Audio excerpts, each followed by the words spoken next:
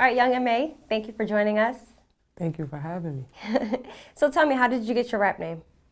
I don't know, I just came up with it from like, since I was little, Young Ma, and then I abbreviated to Young MA, which means me always. So, yeah. Has it always been you, always? How many siblings did you have? Did you have like a big crew growing up? No, not really. I had a brother, rest in peace, and I have a little sister. So, yeah, it was like, I was the middle child. Yeah. Yeah. So tell me a bit about your upbringing, where you're from. I'm from Brooklyn, New York. I was raised a little bit down south, and then I came back to New York. So it was like, you know, ups and downs. But I lived with my mom only, and my brother and my little sister. And I was always into like sports. I was a tomboy. Always was with the boys. And music started to develop like around the age of like 9, 10. I started to get into music. Yeah. Yeah. So like, how did you started in rap? Was it just like ciphers, or I just started writing. Like I just started just coming up with like rhyming words, and just putting songs together. Like I started making up my own hooks, choruses, and then I started putting verses to it. And as far as like the beats, I never came up with the beats yet. I just always was just writing music. I was inspired a lot by the rapper 50 Cent. And so from there, it's just like, I don't know, I just stuck with it. Who do you think you sound like? Sound like me. You sound like you? Yeah. I mean, there's a lot of people, especially like with, oh my God, Designer, right? Mm-hmm. He's from Brooklyn, and he's getting a lot of flack for sounding like Future. Right. So, I mean, could you say it's safe to have these inspirations and still embody their sound as a rapper? Yeah, of course. Like, I've listened to so much music, so I know some of it is like installed in me, like just by listening to it growing up. So I know I get a lot of it from like, like the Jay-Z's, the Lauryn Hills, the Eves, the 50 Cents, you know what I mean? So, but far as it, me just being me, I just basically speak about things that I'm either going through or went through, or just speaking of other people's experience that I'm close to. Mm-hmm. You understand? So that's where I kind of get that from. But everybody gets some type of inspiration from somebody. It's not like, you know what I mean, they started. We learned it from somebody else that got it from somebody else that, you know what I mean, where it eventually becomes like just a big thing that we all just inspired by. So, yeah. So you got on the map with your freestyle, the Chiraq. Yeah. How was it coming up with that and receiving such a like big audience from it? Right. It's crazy because my intentions with the freestyle wasn't as big as it became. Mm-hmm. Like I just was just doing it. You know what I mean? I actually wasn't gonna do the freestyle. It was just something that people kept telling me to do, like, do this, because I was always doing freestyles before. But I guess this particular one kind of put me in a different zone. And it's like almost into a blackout mode where I could have kept writing. I could have kept going if I wanted to, you understand?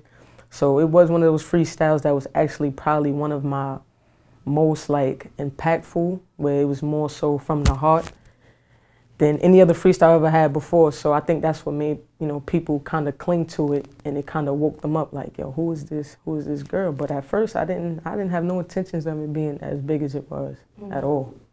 Yeah. Yeah, so it was kind of like a shock for me.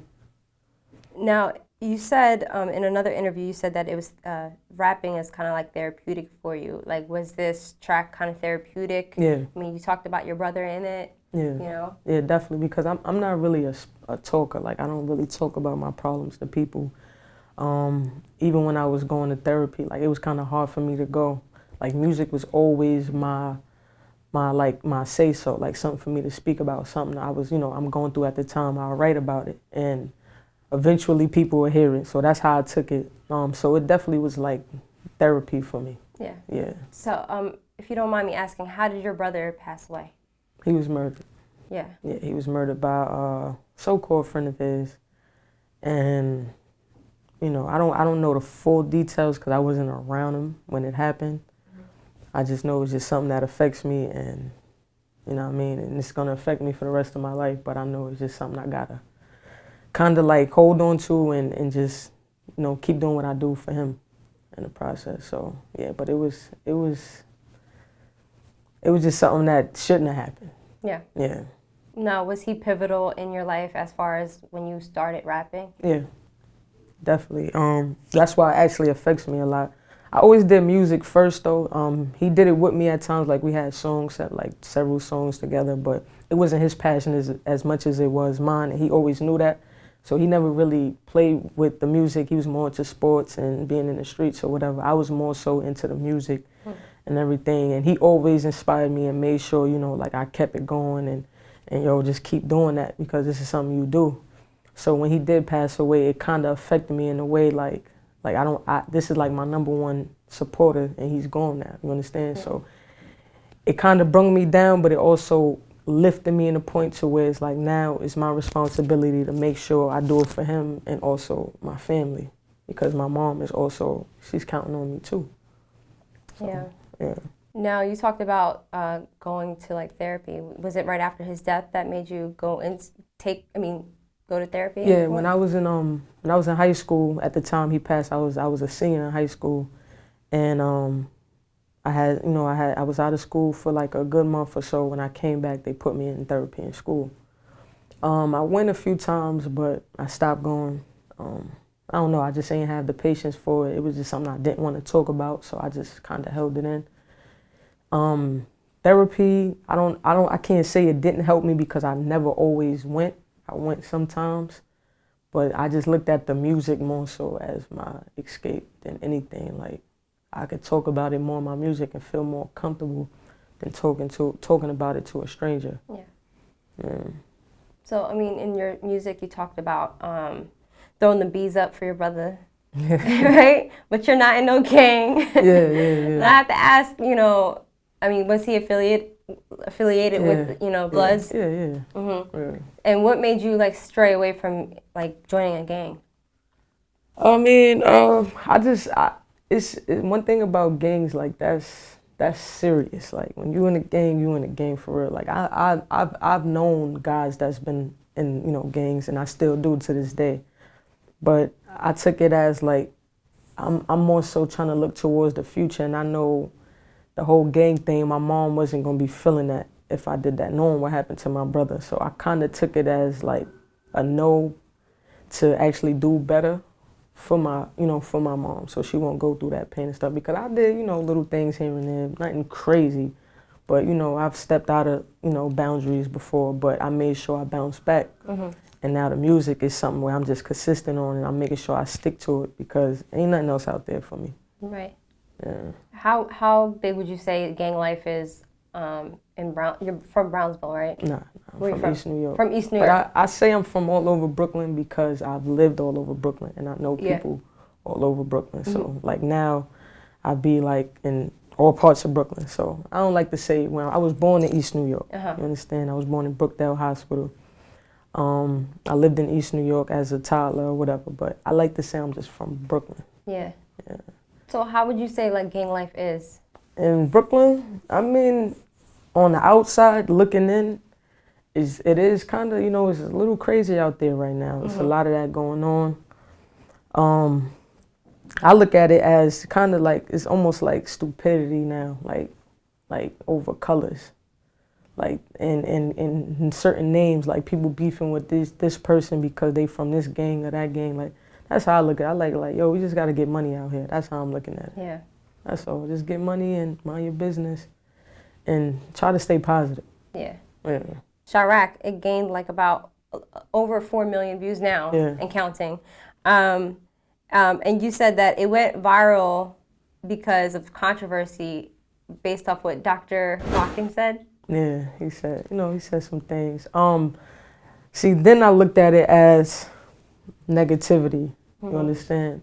But now that I've developed and everything, I kind of look at it like it's a blessing. I understand what he was saying, but I took it as like, don't judge me off of one song.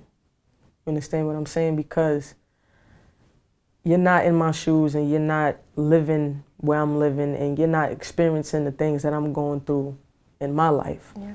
So it's like, don't jump to conclusions.